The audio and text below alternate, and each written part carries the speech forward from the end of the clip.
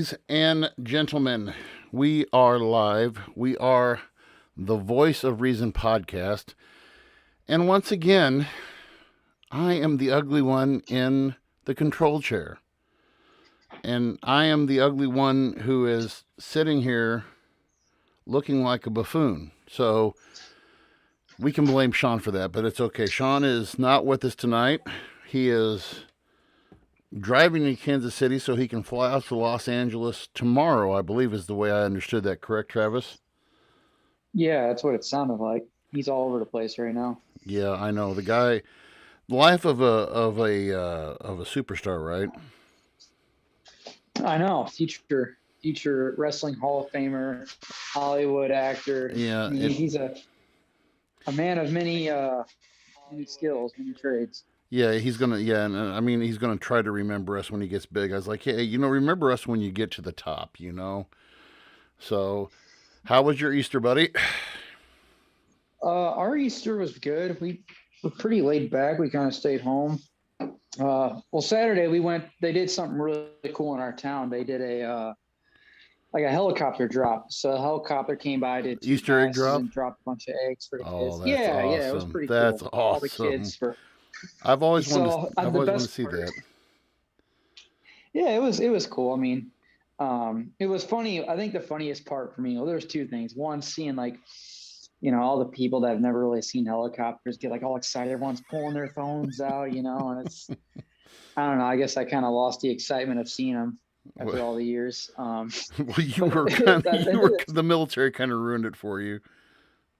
it kind of did. Oh man. But I think the funniest part was not even that. It was you saw either a kid was super happy he got like one or two eggs, or you saw a kid just have their whole lives ruined because they didn't get a single egg, and it was. Oh, there's a I didn't know that. It was funny. I'm going to date myself with this, but I'm sure there's some people out there. I better turn the chat window on so I can see people chat if they do chat. But there was this oh shoot, it was the I can't remember it now.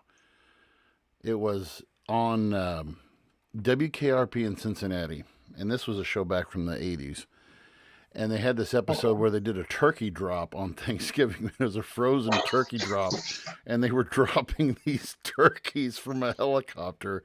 And it's like, oh, the humanity of it all, and all. It was actually pretty good. So, but that goes and it shows my age right there. So, They but dropped turkeys. yeah, I don't know if that would be. yeah, it was. But it was a classic in the eyes of a kid like me. But anyway, no, we I'd actually messaged Travis this weekend. We were about an hour away from each other. Travis, is that what you said when I messaged you on Saturday? Yeah, we were. Yeah, it was like 48 minutes according to Google Yeah, Maps. I was at Warrensville. I was up at so I went up to my brother-in-law's for Easter, and every Easter he smokes ribs, and my brother-in-law is the master at. I mean, I pale in comparison to him when it comes to barbecue, and just those tender fall off the bone smoked ribs, and then he had the rub and everything, and it was great. And we the thing I love about going to Chicago when we go up there is we relax and we do a bunch of nothing, and you know it was great. So we had a great time. Kids had a great time being with their cousins. I raided a record store. My nephew probably has. It's a safe bet to say that he has probably close to 1,000 or 1,500 records, vinyl records. And so Really? yeah, and so I was like, That's okay. cool. One of my things this weekend was I've got to go to a record shop. You've got to take me to one of your record shop, and he knows about a dozen in Chicagoland area. So we went to this record store called the Purple Dog, which is in Naperville. Shout out to the Purple Dog. No way that they'll hear this, but they were a great little record shop in downtown Naperville. And if you've never been to downtown Naperville, folks, next time you go in Chicagoland, they have this whole That's great. revitalizing of downtown going on and everything, and it is so cool down there. and Yeah, it is. so we did that, and then so then after that we I so I this was the thing. I bought 6 records for $40, and I was like, for those who are rock and rollers, I mean, it was like Peter Frampton Comes Alive, and this is an album that all Nice. kids from the '80s and '70s had to have, and they had it for $6, and it was not a scratch on it.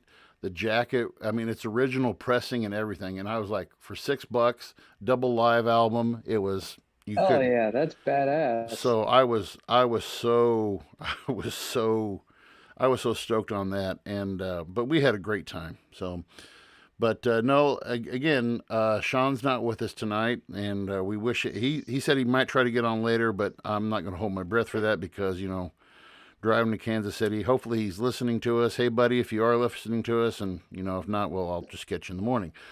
But we have not a whole ton of stuff to talk about tonight, but we have a variety of things. And I think the first thing that we want to talk about, it's not much discussion, but we had to show this. We had to show this. So direct your attention to the bottom of the screen here, if you look, and this is good old Joe doing his thing. This was I believe this was at the University of North Carolina. Am I correct on that? I think so. Yeah. Yeah, I So want yeah, to say. this was last week.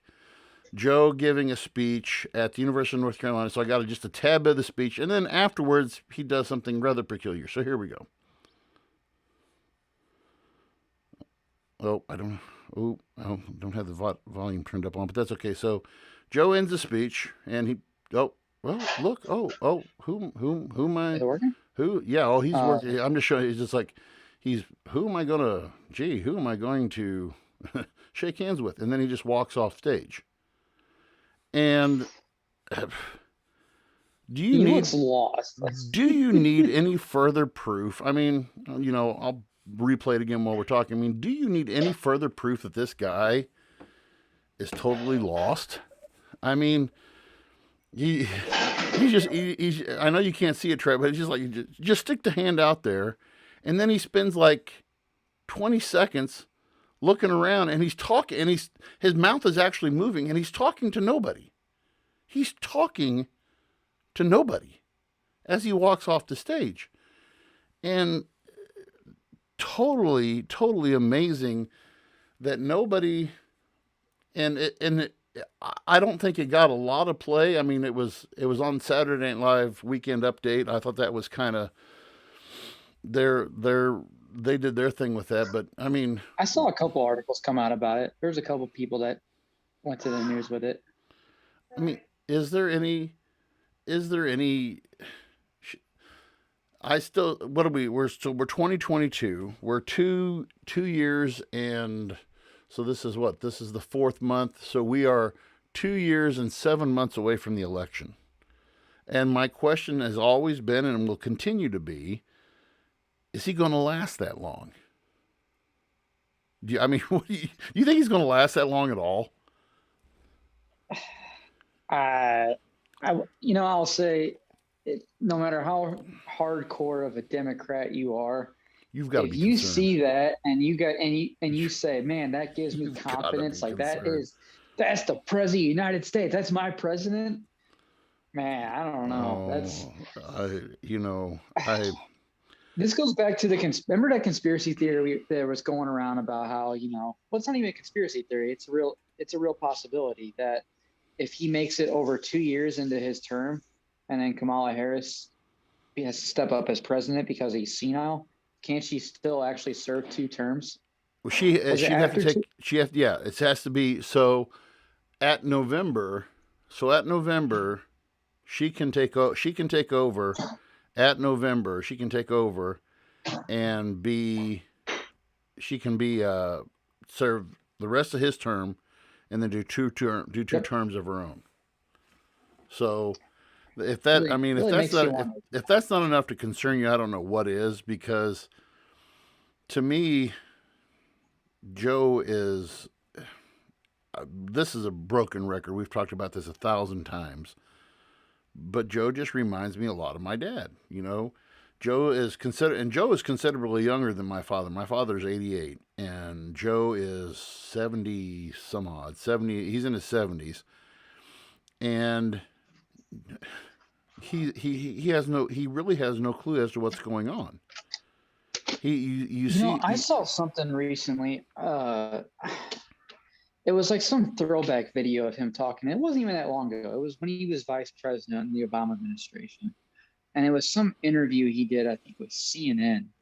And just the way the man talked and interacted with the interviewer, like it's like he's a totally different person. And we're talking a matter of what, like 12 years? Yeah. And so like 10 years, it's like, yeah, you can't tell me the man's all there. Well, I begin to wonder if he is. I would love to do. I mean, I'm sure they've kept the history of his family tied up. I would love to know what his, and I don't know how that passes down from generation. If that's on mom's side or if that's dad's side. For me, I think it's dad's side because my grandmother, when she passed away, she was 90. My grandma was 97 when she passed away, and my uncle, with my dad, there's only one other child. He had 4 siblings. He's down to one, and so two of his siblings, their last days were just total, full on, just dementia, just full blown, and so was grandma. And dad's at that. I mean, dad is doing whatever he can to fight the. He's taking all the supplements and all the stuff that you can take, but it looks just the same. And my dad says a lot of off the wall things, but I mean it's not to the point of where it's, oh geez, we need to put him in a home, But well, he's probably not shaking hands with the air either. No, but I mean this is a guy who I just would love to be a fly on the wall. I know this sounds weird, but I would love to be a fly on the wall at the White House. And absolutely. I mean, think most Americans would. I mean, just to see what, I mean, the Secret Service is probably going above and beyond right now. I think the Secret Service is probably doing their due diligence just to keep, okay, he's here. I mean, because he has all of his answers scripted. He has everything. I was wondering about that.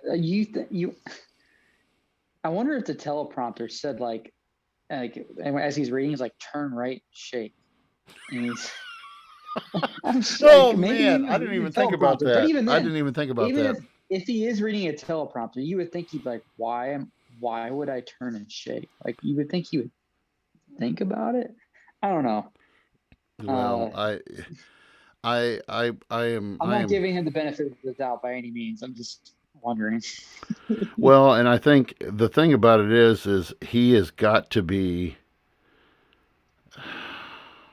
I hope that he's not at that level where it's just okay. You've got to The video from when was the video they showed him walking up? He was getting off of the helicopter and he's walking up towards the back of the White House. And that wasn't that long ago. You know what video I'm talking about, right? The Secret Service guy is he just keeps going straight. And then he turns and he points towards the door.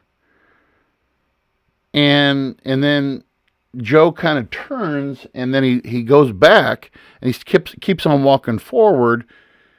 He's walking out in the grass and I'm like, Joe, no, Joe. It was sometime last year. And he walked on to where the Secret Service guy was, and he walked through like a flower bed, and then got onto the porch, and then walked into the side door instead of walking into the main door. Yeah, it was a little weird. I don't know. You call it what you want. If it's a senior moment. So how far are we into his presidency right now? So we would be at So we're at 1 year and 5 months. 1 year and 5 months. Okay, remember this conversation. We're at 1 year, 5 months. Mm-hmm. For our listeners and us, we'll just see around 1 year, 10 months, close to that 2 year mark. Yeah. Really start paying attention to the news and see what's coming out of the White House.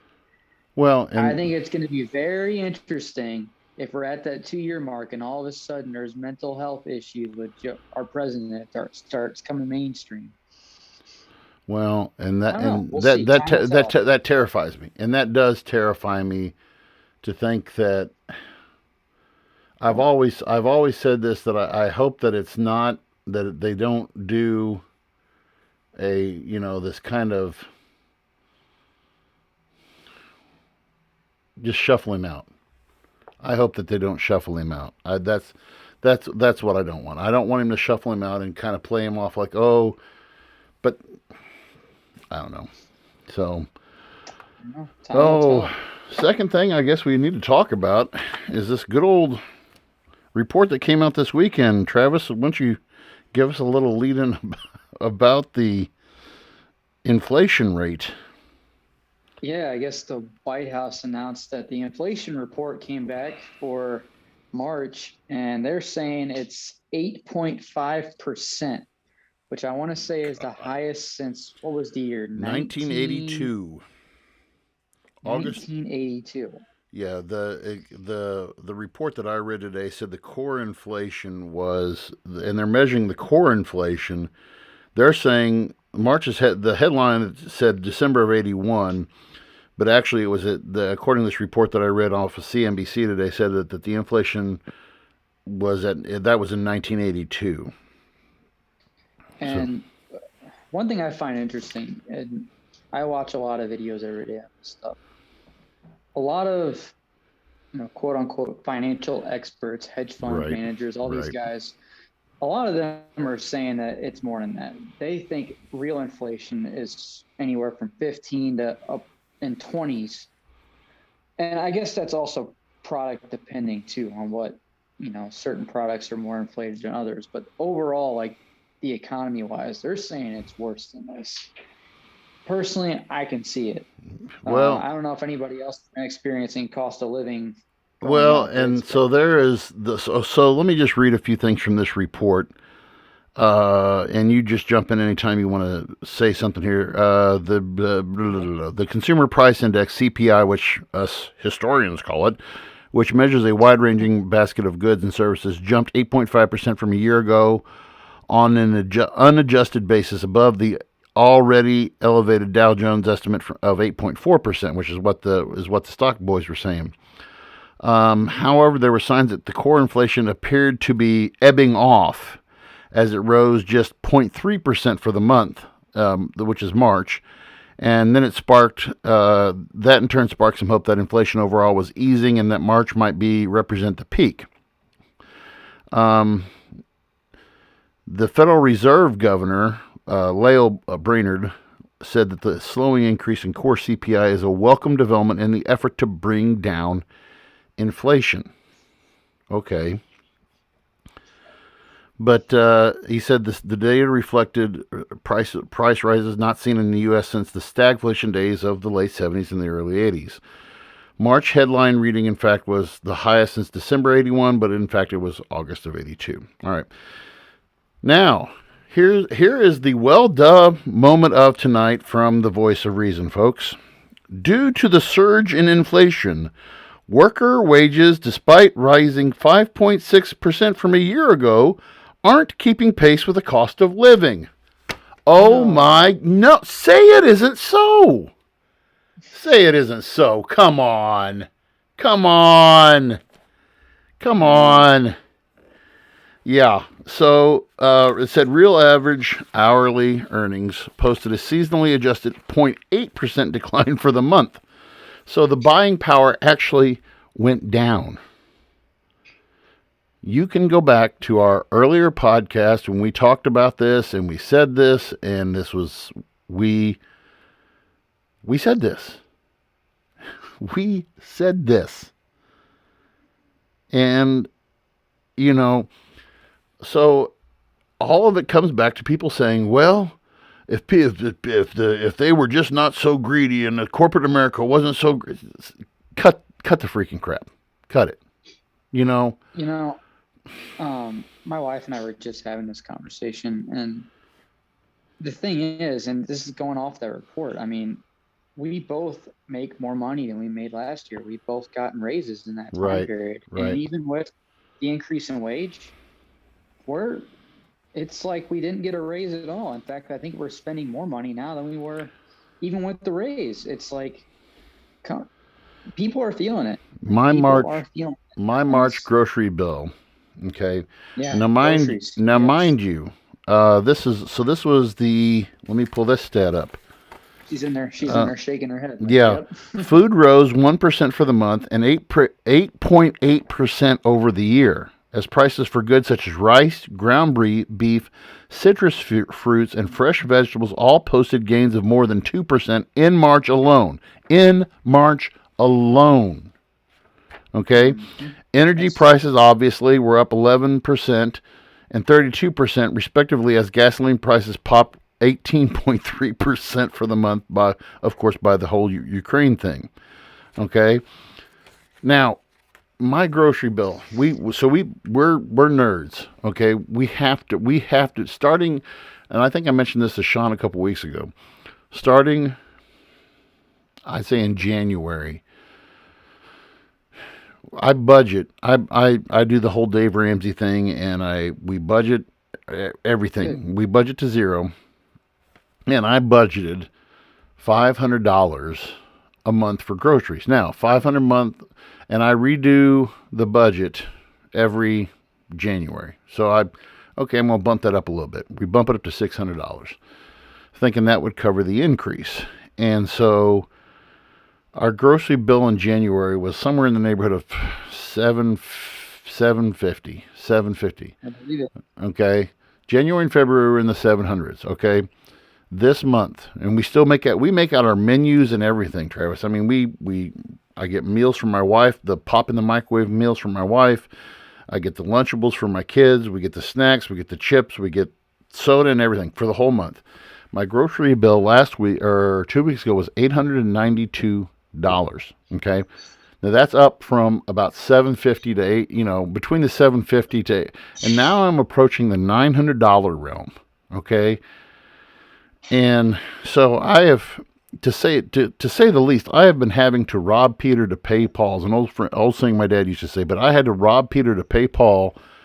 So I'm taking money from here, and I have a line of credit with my bank, and I'm actually, which is not cool to do, but I'm borrowing ahead that I'll pay off later. And like today, we got some, and I had to get some money out of savings today just so I could pay off what I borrowed to live on. Because I'm deficit spending because I can't, this is the time of the month when I pull out money for groceries. And you're not alone. I was reading something today. I forget the percentage, but the credit card usage in the past 2 to 3 months and loans that have been taken out, it's growing. And yeah, it's you wonder why. Well, and so let's add on to this a little bit more. Let's add another log on the fire. This report also said to combat inflation, the Fed has begun raising interest rates and is expected to do so through the remainder of the year and into 2023. The last time prices were this high, the Fed raised its benchmark nearly 20%. That was back in the 80s. Yes, there was a time when interest rates were above 10 to 15%. Okay. Mm-hmm. I told this, I had so my first job I had when I was a kid, I owned my dad helped me get started. I had a lawn care business back in the 80s before it was the whole zero turn radius thing and all that. I had a lawn care business. And one summer, now this was in 1989, my freshman year of high school, I started this the summer before. And I cleared. This is after, and I actually, somewhere I still have the ledger of all, I actually kept a ledger. Shows you how long ago it was. But I profited, and I had 25 yards in 1989, 25 yards, and I profited $1,000 for that summer. Well, my dad, and they let me. You spend a little bit. Here's some blowing cash or whatever, but you're going to put $1,000 in the bank towards your college education. And Dad said, and he said, here, put it in a CD. And I didn't even know what a CD. And I said, what's that? He said, well, it's a short term. You put it in the bank for a year. Okay. And somewhere I had found my old savings book from that. It was like 13.5%. Let that sink in. I made $130 off of that investment. 13%. I mean, what's your savings account drawing now? Like point oh. Yeah, It's not even a savings account is a losing account right now. right. And I mean, even a CD, you'd have to go out to at least That's what? insane. That kind of return is insane on a CD. But I mean, what do you have to get now for a CD for 16? I mean, you have to almost go 60 months, don't you, before you can even get up into the twos? Yeah, it's like you're You're yeah, not. 2 or 3%. I So don't even. Yeah. so right now, and I checked before the show tonight. So right now, 30-year fixed mortgage averages at 5.25%. 15-year mortgage or 15-year fixed is at 4.42% on average. Um, and I closed on my house. It's hard to believe but I moved into this house a year ago in June. And when we closed, but I bought down for 3.32%. It was at 3.5, and I paid, I don't know what it was, $1,900 down to get to 3.32. What did you get yours at? It was like 3. Yeah, and so I was talking to one of our subs the other day, she's also a real estate agent. She's a Clopton alum, and I said, "So how's things going?" She said, She said it's going to start slowing down here before long. She said Yeah, property's of still course. She said property's still moving fast, but people are still borrowing outrageous amounts of money to build houses.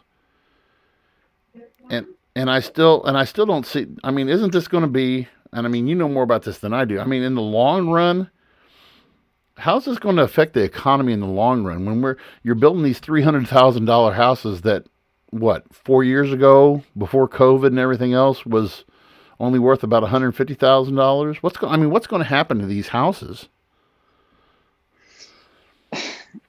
I mean, could be you hear about the housing bubble.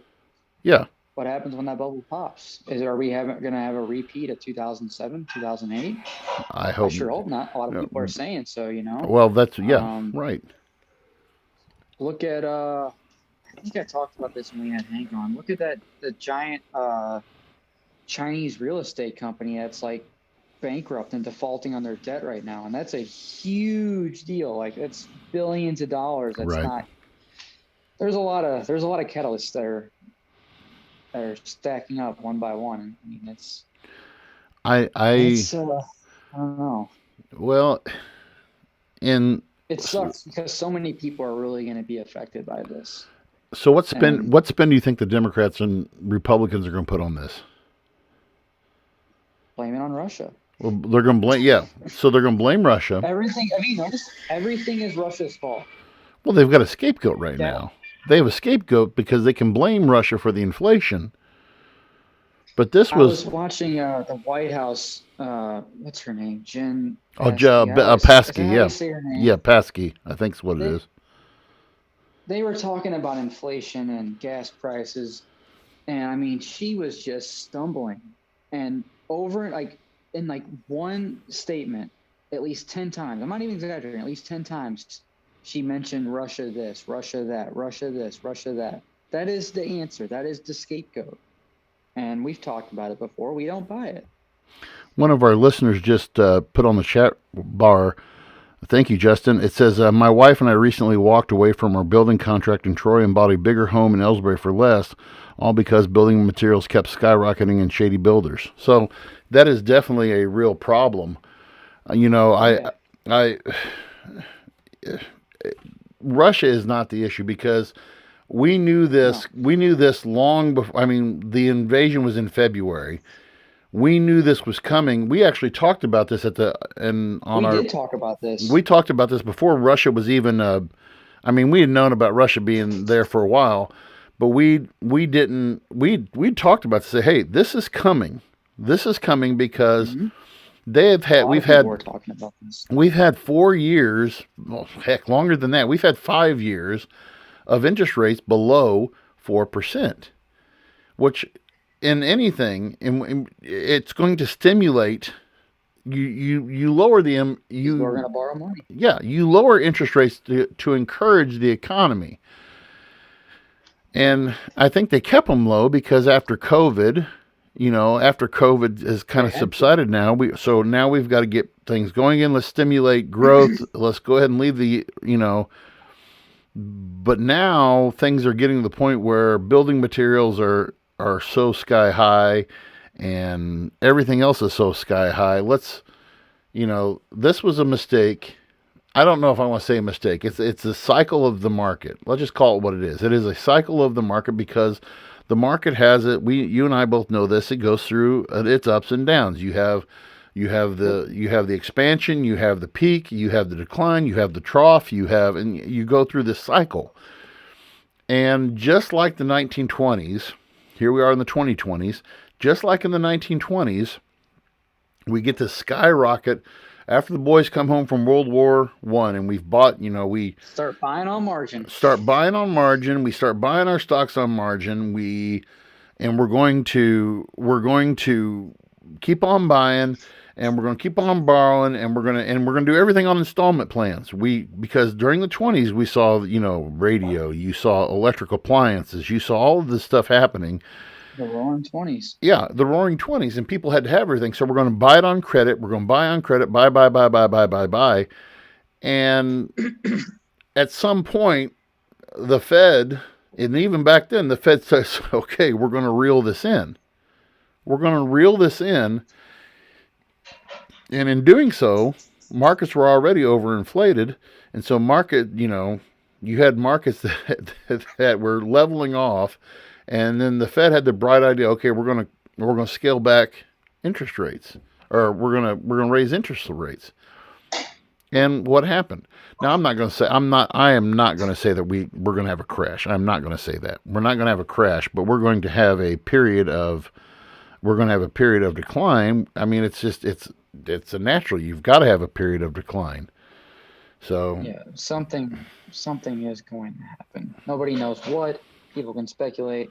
Something has to give. And I do have to interrupt our discussion to say that there is a Matt Edelman sighting on our live broadcast. Matt, we miss you. Get that remodel done so you can get back on live with us. But I'm really excited. Yeah, I think everybody is. But no, so long run, what all these reports are saying, and I think I'll read this from the report. It was at the end. So they're saying that they are predicting that by the end of the year, they're seeing that energy prices will begin to fall, and that will lead on to, that'll trickle down to everything else. The problem is once these guys have made their money, I was talking to a building contractor over the weekend or last weekend at a track meet, and I was saying, so do you see? Are we going to see lumber prices go down? It's like, no. I mean, once they're up there, they want to keep them up there, and they'll find every reason they can to justify to keep it up there. And it's the same thing, of course. So I hope that we will see an end to this, but so are the signs of the time. Yeah. So the next thing, I guess, our last topic we kind of want to spend some time on, and this is my, I don't know how I want to approach this and say this, but this is my, and I hope if this video doesn't work, then I'll have to play it off my phone into the microphone, which is not very professional of me, but the Joe video Make sure you did. Turn it down. Yeah. So I am into this demon world that is called TikTok. Students talk me into doing TikTok. I've done my fair. I will confess now. My confessional time. I do TikTok. It is When I was saying it to my wife tonight, she said, Russian trollers, Russian trollers. And I was like, okay, all right, yes, okay. But so I've had a couple of students who have, who like to, school sucks and this, that, and the other, and blah, blah, blah. And so so this was a TikTok this week. These were two viral ones, and I don't know, but I guess we'll try the video, see if this plays or not. I hope it plays. But if it doesn't play, I'll play it over my phone and be highly unprofessional with it. But we'll see what happens. Let's see if I can get the audio to work or not. Let me see. Nope, the audio's. I don't know why my audio's not working. Oh, it is working. I just can't hear it. I think. So, I can't hear it either. I mean, I'm sure our people are hearing it. Let me see. If you're listening, comment if you can hear it for us. Yeah, please let us know that you can hear it.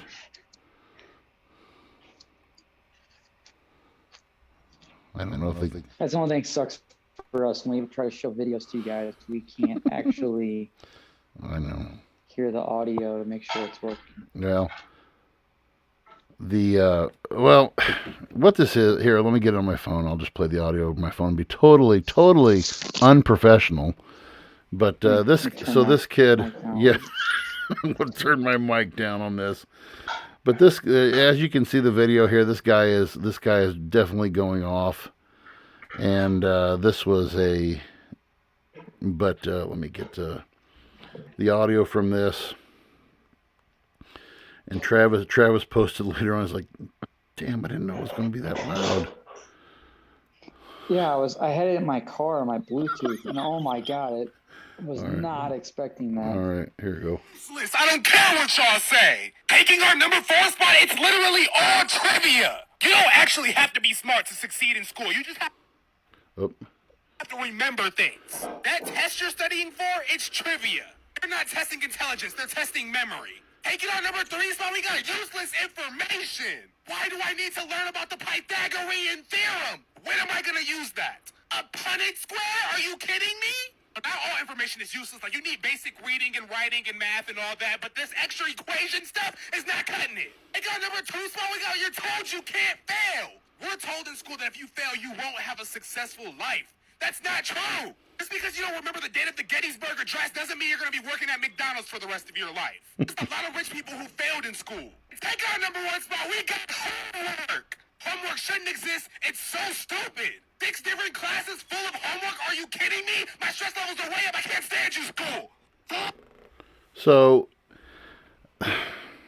let me play this other video, the audio from this other video too. This other guy's not as loud, but this also went viral. This is that one guy was Acrello. If you want to look him up on TikTok, Acrello. This other guy is the Bull Evans. So let me play what he has to say. So you hate school, huh? You hate school, you're failing, you're getting C's, you're getting D's, you're flunking out.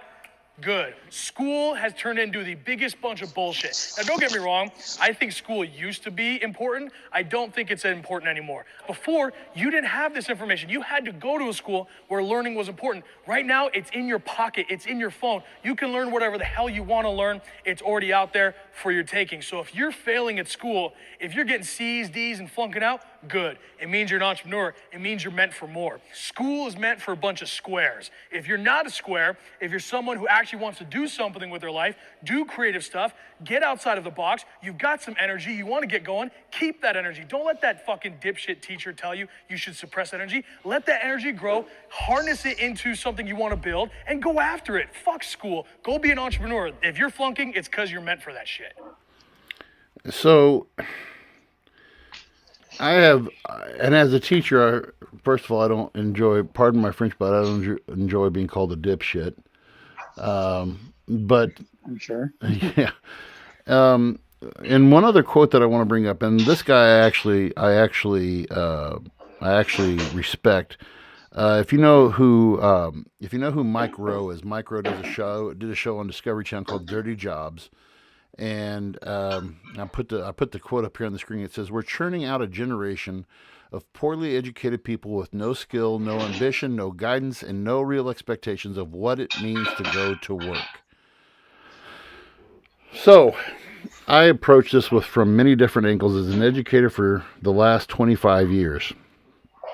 One of the things that I see happening, we have, and when I was in college, as a education student, we were being introduced, we were being told, we were being warned about this thing called outcome-based education, OBE, and they don't use that term anymore because it's not quote unquote politically correct. It's not the right way to address it, but basically what the idea is, okay, we're going to make school fit this box, fit this learning style to where we can compete with other countries. Because when you look at other countries, we're not last, but in amongst advanced countries, we're not high up on the math list. We're not high up on the science list. We're not high up on, and so some educators, somewhere in the Department of Education says, well, we have to do things to improve to make ourselves look good in the world scene. And so in doing so, we start giving out standardized tests at the end of the school year to measure how well we are doing versus the Japanese, the Chinese, the whoever. And there are some schools within the United States that are excelling because they have the tax base, they have the money to provide multiple teachers, multiple electives, multiple technology grants, all this other stuff, and they get this stuff, and they can churn out educated, really great program. And to address what that one dude says, when am I going to need the Pythagorean theorem or whatever else like this? Well, if you go to a bigger school, say you're Troy, say you're schools in Winsville or St. Charles West or whatever, where they have 1,000 kids in the high school, 1,200 kids in the high school, and they have just everything your heart could ever desire to provide for their kids. If you go down to Montgomery County, and I have a lot of friends who teach down there, they have, for their school, this isn't a tech school, they have a auto body shop as part of their ag lab. They have an auto body shop. They have a paint booth. They have 3 greenhouses. They have a wood shop. They have 5 history teachers, 4 math teachers, And so if you're not going to take algebra, okay, here's your consumer math. Here's your business math. Here's this. Here are your options. And in the smaller school district, we are stuck in this rut. And I'm not saying this to complain too much, but I am going to complain about it because I am the high school history department at Clopton High School. I have been the high school history department for the last 15 years. And we teach 2 cores and 2 electives. When I first started teaching, before we made our budget cuts, we had the electives we have now is modern world history and ancient civilizations. The electives that we used to offer: economics, civics. We also had psychology, sociology. We had all of these classes, and now it's just like, okay, here's what you got. Here's your 4 classes that you can choose from. And it's not really, I would love to offer a psych class. I would love to offer an econ class. Okay? I would love to offer a consumer education class. When I was in high school, I took consumer education. And in consumer education, I learned what inflation was. It was kind of like an economics class, but it was more of a social studies class. I learned how to balance my checkbook. I learned how to fill out a 1040. I learned how to do basic taxes. And our teacher gave us, here's your assignment for today. And your assignment was, here's your income, here's your withholdings, here's all your stuff. Fill out your 1040. I'm sure that there's a large majority of people who don't even know what a 1040 is. You know, but we're pushing, and I'll agree with what this screamer was saying. We're pushing, if you're not going to go into engineering, if you're not going to go into any kind, why do we need to push calculus? Why do we need to push higher level math on these guys? You know, I'm really frustrated with where educators are at right now. And educators are leaving in droves from and I won't mention this person's name, but I communicated with this person on Snapchat this week. She was Clopton graduate, and she left her job midway through the year, and I didn't know about it. And I said, "Well, what happened to school?" And she said they were putting expectations on me that were unreal, and she said it was just too stressful, and I was out there, 16, 17 hours a day trying to get lesson plans and meet this core standard and that core standard, and we're trying to create these robots for these standardized tests. Now, here's the other thing that frustrates the crap out of me, and I'll get off my soapbox and let you talk for a little bit. But fine. We have standardized tests, but we are supposed to differentiate our teaching to different learning styles. And to me, to break that down for you, what that basically means is this.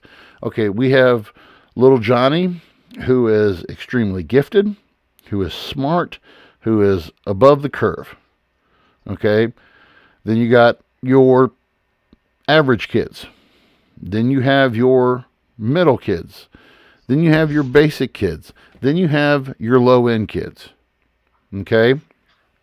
And as an educator, I'm supposed to find some kind of education that's going to cover every one of these kids. That's going to meet each one of these kids where they're at. And then pull that all together, sit down, and we're beginning testing this week. Our little guys are going to start testing in elementary this week, and high school starts in next week. And we're expecting them to recall all of this information in a compressed time frame. So here you are. You've got this 2-hour window that you're going to sit down. You're going to sit at this computer, and you're going to enter in information, try to recall from the whole year what we've taught you. And we're setting ourselves up for failure. And we're teaching. This has been my problem for 25 years. I've been fighting this for 25 years. Instead of teaching knowledge, we're teaching stuff to meet the standards on a test. Okay, you can talk. I'm sorry. No, I agree with you 100%.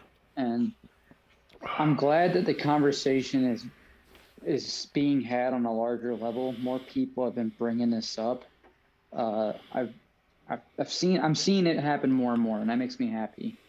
To go back to my high school experience, which really isn't that long ago, I graduated in 2014. I took a welding class that was offered at Clopton, and I took a wood shop class. I don't blame the teacher, and I don't blame Clopton. The teacher was set up to fail. She had no idea what she was doing. She never welded before. She never did any kind of woodwork before. And yet she had to teach this course. I don't blame the school because the school is working with what they had. I blame the higher authority that whoever prioritizes certain classes over others. I feel like that is something that could have benefited so many people if there was an actual teacher there that could have taught it, demonstrated it. Jobs like welding, there is a trade shortage in the United States. Trades, skills, it is needed. Welders are the ones that are building these rocket ships that Elon Musk is trying to send to Mars. It's the infrastructure plan that they're trying to pass right now to build new bridges, the phone towers I climb every day, building our cars that we drive.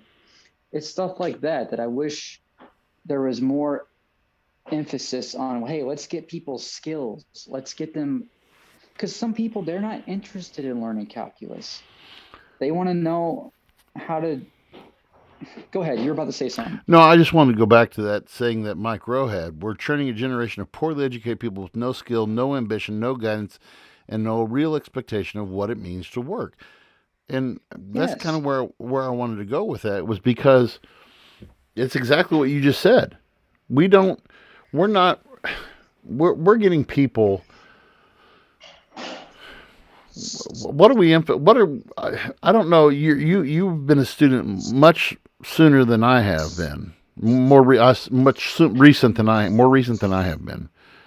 But when I was in school, what they pushed was college, college, college, college, college, college, college. Yes. I have a friend of mine, very close friend of mine. I can say this because he doesn't listen to the podcast, but he went to school 4 years, got an English degree, and worked 25 years as a janitor. Just retired last year. 25 years as a janitor. And he retired. And why go to college? If that's what you're going to do, and if you're going to be, I know a ton of my friends. I dated a girl who was in nursing school. And their textbooks alone. This is back in the '90s. Their textbooks alone were $3,000. Yeah. Not to mention all the crap that they had to buy and all the stuff that they had to do. And then a lot of I can think of. Well, honestly, I can't think of any of those girls who are still in nursing. I can't think of any of those girls who are still in nursing, Travis, because it was such a burnout for them. And it's a burnout for these young. And go ahead. It hasn't. I mean, like I said, I graduated in 2014, and it was the same thing. It was college, college, college. I went to community college for 1 year before I joined the service, and I had absolutely no idea what I was going to school for, other than this is what I'm supposed to do, right? This is what they said to do. I'm here. I took out this loan. I'm learning something. My degree was open options. I had no clue what I was going to school to learn. Right. And quite frankly, I wasted my money. Long story shorter, while I was in service, I degree. Kind of figured it out, but they went to school not because they were really interested in going to school and learning something for a career. It was just that, well, I don't really know what I'm supposed to do, so let me just go do this. And you know what? Another thing with that too. Think of all the college fairs that go on with schools. Mm-hmm. You get the college fairs that come out and like, come to our school. Why is there no trade fairs? Right. Why aren't your locals, like local 14s or like all the unions coming out? Why aren't we having job fairs for? Well, and I don't remember ever being job fairs in our area for like graduates. Well, here's the other thing. Granted, Clopton's a little bit different story. Right. Well, so I stopped caring, and I shouldn't say it like that. I stopped worrying about the standardized test. My first 5 years of my education career were pure hell. I went through anxiety medicine like it was candy, because I would have panic attack on panic attack because trying to meet this test. Exactly, because the Department of Elementary and Secondary Education, well, if you don't meet these standards so many years in a row, we're going to close you down and blah, blah, blah. And they did close some of the smaller schools down because they weren't meeting what was called their AYP, their annual yearly progress. Now, granted, the schools that were closing down, I remember one that was up in Wauconda, Missouri. It's a little town right on 136, right before you cross over into Iowa, up on the Missouri-Iowa border. They had a student population in their high school. I believe it was somewhere in the neighborhood of 50, not class, high school. Okay. Oh my God. And so here's how their formulas don't work, is if you don't meet that annual yearly percentage, if you don't meet that number, okay, 5 years in a row, that's like one or two kids not getting the percentage point that they need. And that's not fair. And so, I hate to say this, but in in our smaller schools, and call me biased, but in our smaller schools is where you see, in my opinion, you see more one-to-one learning. You see more one-to-one personalization with kids. I feel that we have a high success rate at Clopton of people who go out and make a success for themselves because we've taken the time to not only teach kids, I could care less how much about history my kids know. What I want my kids to know is number one, nothing is going to be handed to you on a platter. Life's not going to be handed to you. Okay? The number two thing is you have to work for it. Mike Rowe is right in that we do not have generation. We want everybody to have the medal. We want everybody to have the trophy. Everybody wins. Everybody's a success. And then when they go out into the workforce, they don't know the idea of a hard day's work. Now we've got some hardworking kids. I'll tell you this much: we've got I know a lot of hardworking kids, but when I look at them as these younger and younger and younger generations, I see this with my own kids. My own kids don't want to I grill my son and my daughter all the time. My son just wants to get work done so he can, get on my phone, get on my phone, get on my phone. Instant gratification, instant gratification. And I love my kids, but at the same time, I'm like, it's like tonight. I said, I had to run over to Springfield this morning. I came back and I told the kids, I said, okay, get off electronics. I need to mow the yard today, but before I do that, there's a bunch of crap out in the yard. We had, storms and everything last week. I said, there's tons of sticks out there. Well, get out there, pick it up, put it in a garbage bag, throw it in the trash can. I was talking with my friend. Manual labor? No. Yeah. And so I tell you what, we have teachers at Clopton now where we've got a younger generation of teachers who are coming in here and telling these kids, who are especially our coaches who are making time for these kids to do community service. I mean, labor community service. Our coach, really? our basketball coach here a couple of weeks ago took the boys out. Hey, we're going to plant some trees. We're going to go get some shovels. We're going to dig some, 3x3 holes, and you guys are going to put these trees in the ground, and we're going to better the community by, and I still speak highly of our girls basketball team last year. I mean, I told the story last year, it took me 2 weeks to pack my trailer up little bit by little bit. I had the entire varsity girls basketball team at my door when I rolled my trailer in on July 1st, and that entire trailer was unpacked in 55 minutes. Because I had a group of kids who came to help. So to me, it's more important to teach the ethic of work and teaching the basics of how to, this is what basic life is. Because if we're not teaching the next generation the value of work, the value of you need to strive for something other than, 15. I mean, we saw in our first segment, our second segment, when we talked about the minimum wage, the inflation thing. I was up there in Chicago this weekend, and I heard, I saw what you were saying. On the stores, on the McDonald's, starting at 15, starting at 13.75, You can't hire people. Yeah, because can you live? Let's just call it what. Can you live in Chicagoland on $15 an hour? Not by yourself. No.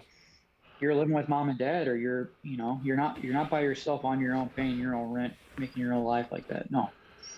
I got and I'll mention this, and we need to start winding up, I guess. But one of my, I don't know if you had, no, it was after you.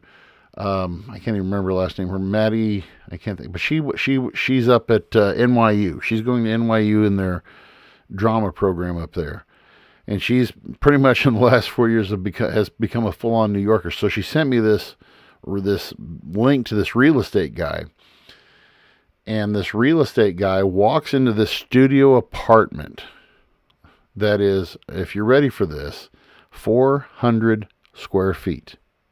Okay, 400 square feet. When you walk into the door, you have to kind of wedge around the door to shut it. Okay, you have your kitchen / dining / living room. Then you go over on the other side of the door, and you have your bathroom, bedroom, loft. $2,300 a month in New York City. I was about to ask, what's the rent? $2,300 a month. So we have to set the bar higher. I mean, I feel like, and that's the other thing with education, I felt like we set the bar lower so we can get these kids to pass this test. But in doing so, we've created a generation of morons. And I may offend people when I say that. Call me out on it if you want to. But we've created a generation of morons, of people who don't care, people who don't want to care. So, but, that was my soapbox for that this week. So, no, and I would like to end with, I think there's legitimately a lot of kids that just don't know what to do.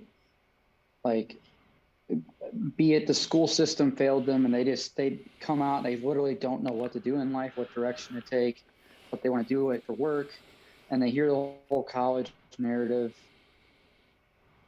I don't know if I've talked about this book before. If you're a younger listener, or maybe whatever, you don't know what you want to do in your life, read this book. It's called Blue Collar Cash by Ken Rusk. Read it. I don't know if I can buy a book for students at a school. I don't know if I need permission for that. I will buy this book and you can give it out to classmates. We'll post that. You give it to me after the show, Travis, and we'll post that on the Facebook page. It is a book I wish came out when I was at that age, and I had no clue what I wanted to do. But yeah, I think we hit it. Yeah. Well, thank you all for joining us this week. Hopefully we'll be back. We haven't been at full strength in 2 weeks, and I'm feeling like, the rooms. I've got, for those of us who are watching live online, there's this little spot down here that usually has somebody's photo in it right down here, and so hopefully next week we can all be on, but our best to our buddy Sean. We know that great and fantastic things, and listen, if we're not allowed at liberty to say, but if you know what we know, Sean has got some very, very prime opportunity, and we are so proud and so happy for him for doing this. And hopefully, if our buddy Matt, I'm gonna text him tonight afterwards, and I'm gonna say, man, when's this house getting done? Because we need to have, our last big spike on our episode. Whenever Matt Edelman is on, through the roof. So anyway, we want to thank you guys for joining us. You can find us everywhere. iHeartRadio, Amazon Music, Google Podcast, Apple Podcast, Spotify, you name it. There's a ton of others, and I told Sean that I would get him the list. I need to get him the list. There is literally, I honestly, not over exaggerating, there's at least 10 to 15 different places where you can get the podcast. So we look forward to seeing you all next week. Please visit our sponsors, American Traditional Coffee, Van Beber & Sons DJ Services. And again, if you're interested in sponsoring the Voice of Reason podcast, please reach out to one of us on our page, and we will get you set up with that. And as I said last week, we are looking forward to the end of this. Hopefully by mid to late summer, we will have the old merch line going. So anyway. Oh, yeah. So Travis, good show tonight. Thank you guys for joining us. We will see you all next week on the Voice of Reason podcast.